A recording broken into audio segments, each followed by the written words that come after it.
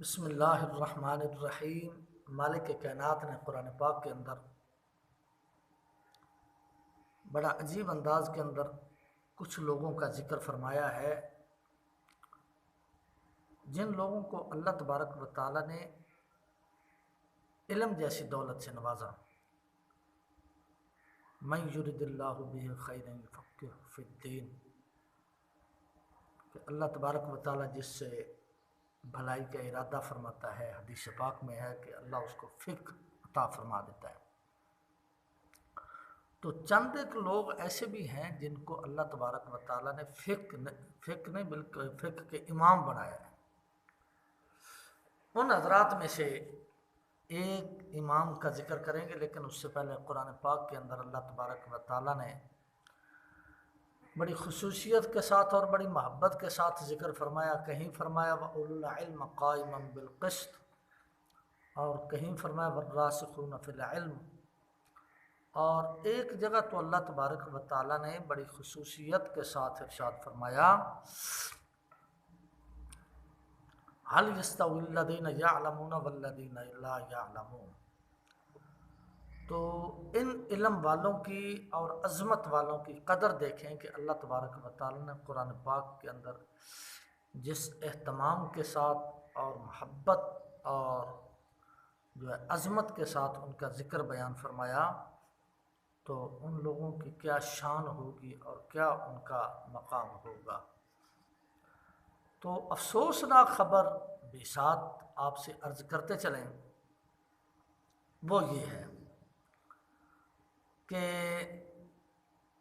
ایک طرف تو اللہ تبارک و تعالیٰ نے ان لوگوں کو بڑی شان اور بڑا مقام عطا فرمایا، دوسری طرف اردو خان، اردو پڑھنے والا ایک مولوی جس کو بیچارے کو اردو بھی صحیح نہیں آتی، وہ کھڑا ہو کر ان مقدس ہستیوں کے بارے میں اگر یہ کہہ دے کہ نہیں جی انہوں نے 20 حدیثاں یاد سن یا 17 حدیثاں یاد سن یا 9 حدیثاں یاد سن، تو پھر مطلب یہ ہے کہ اللہ تبارک و تعالیٰ کی لعنت ہی برسے گی ایسے لوگوں پر، اللہ تبارک و تعالیٰ کی رحمت کے یہ لوگ مستحق نہیں ہوں گے۔ تو اللہ تبارک و تعالیٰ کا فضل ہے اہل سنت و جماعت بریلوی پر کہ یہ جب بھی اس کی زبان کھلتی ہے تو یا تو اللہ تبارک و تعالیٰ کی توحید، اللہ کی وحدانیت، اللہ کی تقدیس، تحمید، توحید کے اندر کھلتی ہے، اور یا پھر جب بھی زبان کھلتی ہے تو مصطفیٰ کریم صلی اللہ تعالیٰ علیہ وسلم کے مقام، آپ کی رفعت، آپ کی عظمت اور آپ کی بلندی میں اٹھتی ہے۔ یہ ہر کسی کا اپنا اپنا نصیب ہوتا ہے، ہم اپنے نصیب پر خوش ہیں اور اللہ کا کروڑہ مرتبہ شکریہ ادا کرتے ہیں کہ اس ذات والا صفات نے ہمیں ایسے گروہ کے اندر نہیں چنا جو گروہ ان مقدس ہستیوں کا گستاخ ہے، بلکہ ایسے گروہ کے اندر اللہ نے شامل فرمایا جو اپنے نبی کی ذات سے لے کر ایک عام ولی تک ہم تمام کے ماننے والے ہیں، اور ولیوں کو اور صحابہ کو اور اہل بیت کو فقط ہم اس لیے مانتے ہیں کہ ان مقدس نفوس کا تعلق در مصطفیٰ سے ہے، اس لیے ہم ان حضرات کو مانتے ہیں، دل اور جان سے ان پر اپنی جان نشاور کرتے ہیں، کیونکہ یہ میرے مصطفیٰ کریم صلی اللہ علیہ وسلم کی چلتی پھرتی تصویریں ہیں۔ اب میں آتا ہوں اپنے اصل موضوع کی طرف۔ موضوع میرا کیا تھا؟ موضوع تھا فقہ حنفی کی خصوصیات۔ خصوصیات بہت ہیں فقہ حنفی کی، لیکن ان میں سے چند خصوصیات آپ حضرات کے گوشے گزار کر کے میں موضوع کو مکمل کروں گا، اور انشاءاللہ اگر وقت ملا تو پھر کسی وقت میں آپ حضرات کے سامنے جو ہے عرض کروں گا فقہ حنفی کا مقام، آپ کی عظمت، شان۔ تو فقہ حنفی کے جو فقیہ ہیں ان کا نام ہے حضرت نعمان بن ثابت الکوفی، ابو حنیفہ رحمۃ اللہ علیہ، یہ ان کا نام نامی اسم گرامی شریف ہے۔ تو فقہ حنفی کی پہلی خصوصیت یہ ہے، مختصر کرتے ہیں موضوع لمبا نہ نکل جائے۔ فقہ حنفی کی یہ خصوصیت ہے کہ فقہ حنفی میں احتیاط سب سے زیادہ ہے اور یہ خدا خوفی کے سب سے زیادہ قریب ہے۔ مثلا امام اعظم ابو حنیفہ فرماتے ہیں کہ شیر خوار بچہ ایک قطرہ بھی کسی عورت کا دودھ پی لے تو رضاعت ثابت ہو جائے گی، جبکہ حضرت سیدنا امام محمد بن ادریس الشافعی رحمۃ اللہ علیہ آپ اور دیگر ائمہ فرماتے ہیں کہ 5 قطرے پینے کے بعد رضاعت ثابت ہوتی ہے۔ تو اس کے اندر جو سب سے زیادہ خوف خدا کو ملحوظ خاطر رکھا گیا ہے وہ کریڈٹ حضرت امام اعظم ابو حنیفہ رحمۃ اللہ تعالیٰ علیہ کی ذات پاک ہو جاتا ہے۔ دوسری خصوصیت یہ ہے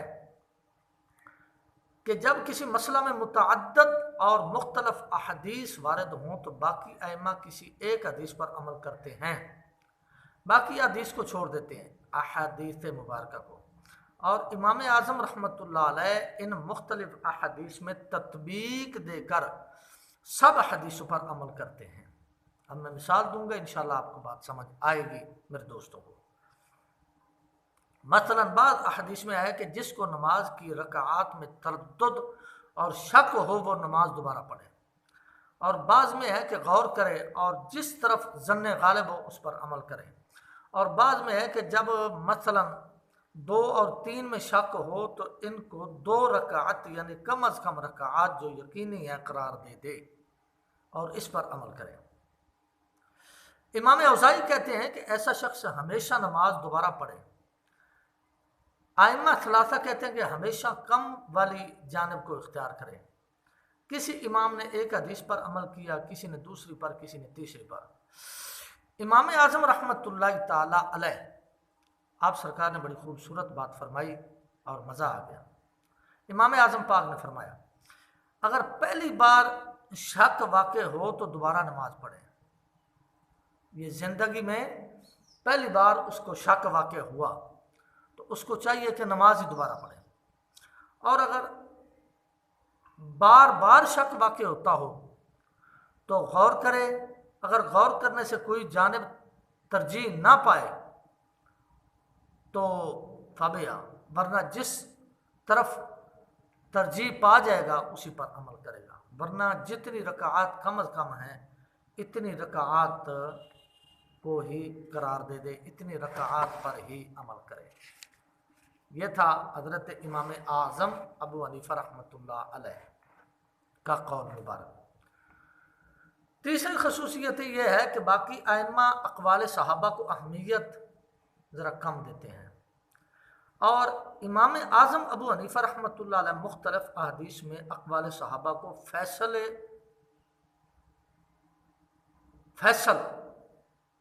مان کر ان کو ترجیح دیتے ہیں، قول فیصل مان کر ان کو ترجیح دیتے ہیں۔ چوتھی خصوصیت یہ ہے کہ امام اعظم ابو حنیفہ رحمۃ اللہ علیہ درجات اور مراتب کا اعتبار کرتے ہیں، اور وہ قرآن کریم کے مقابلہ میں احادیث کو مؤخر کر دیتے ہیں، اور اگر تطبیق دیں تو قرآن مجید پر عمل کو فرض اور حدیث پر عمل کو واجب قرار دیتے ہیں۔ اسی طرح قرآن مجید کی نہی کو حرام اور حدیث کی نہی کو مکروہ تحریمی قرار دیتے ہیں۔ اسی طرح حدیث کے مقابلہ میں اقوال صحابہ کو مؤخر کر دیتے ہیں۔ سبحان اللہ۔ چوتھی خصوصیت چونکہ مختصر کر رہے ہیں،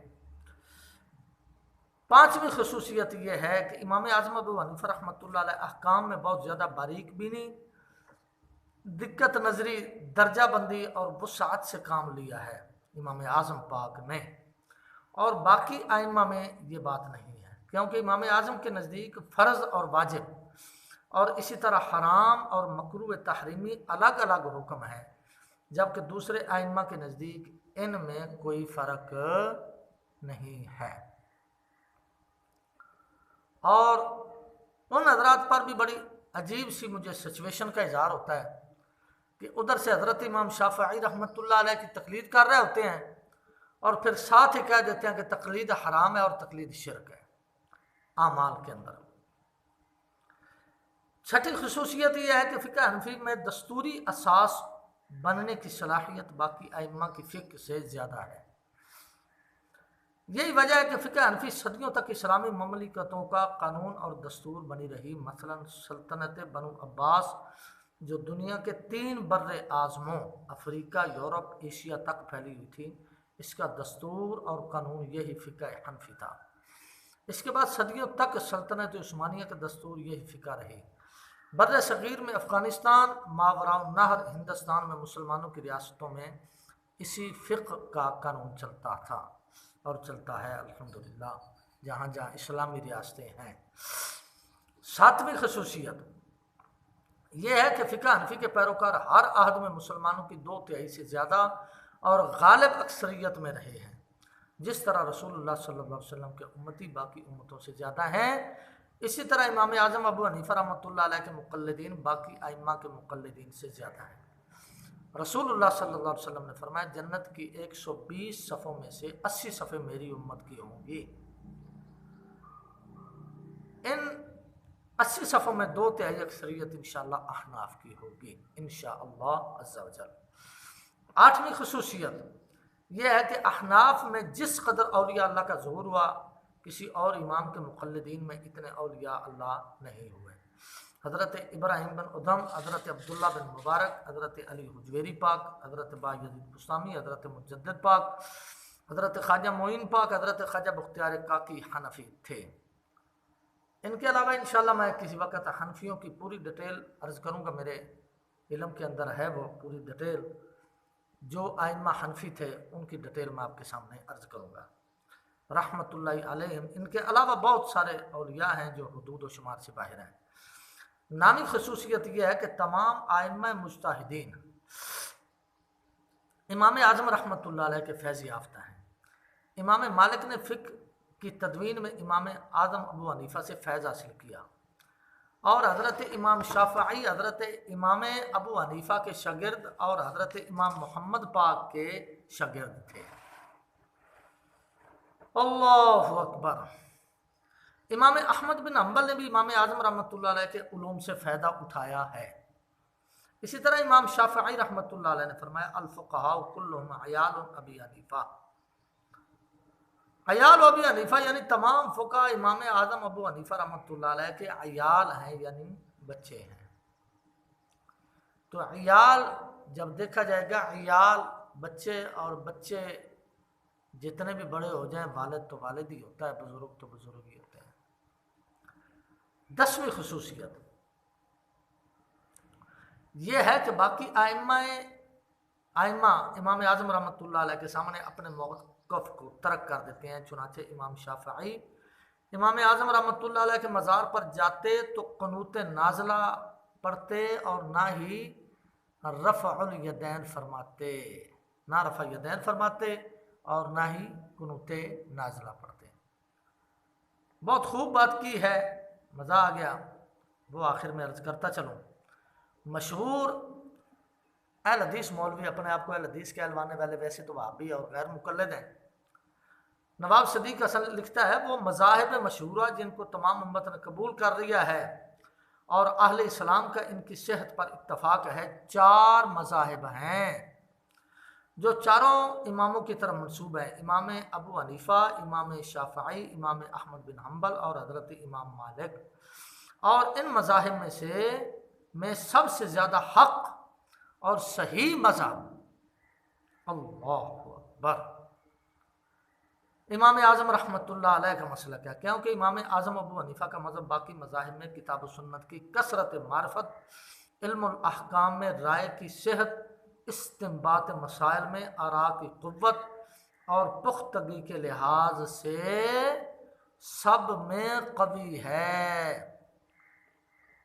کتاب کا نام ہے جی ابجد العلوم، جلد نمبر 2 صفحہ 402، مکتبہ قدوسیہ لاہور سے یہ کتاب چھپی۔ اللہ تبارک و تعالیٰ کا فضل ہے کہ الفضل ما شہدت بالاعداء، کہ سچے ہونے کی سب سے بڑی نشانی اور سب سے بڑی بات یہ ہوتی ہے کہ غیر دشمن بھی اس کی شہادت دے کہ واقعی یہ کمال بات ہے۔ تو یہ کمال بات اللہ تبارک و تعالیٰ کے فضل و کرم سے ہمارے مسلک اور ہمارے مذہب حضرت امام اعظم رحمۃ اللہ علیہ کی فقہ حنفی کے اندر موجود ہے۔ اللہ تبارک و تعالیٰ ہمیں ان پاکیزہ لوگوں کے نقش قدم پر چلنے کی توفیق عطا فرمائے۔ وحسن اولئک رفیقا کے تحت ہمیں ان کے مبارک جوڑے سیدھے کر کے اپنی بخشش کا سامان تیار کرنے کی توفیق عطا فرمائے۔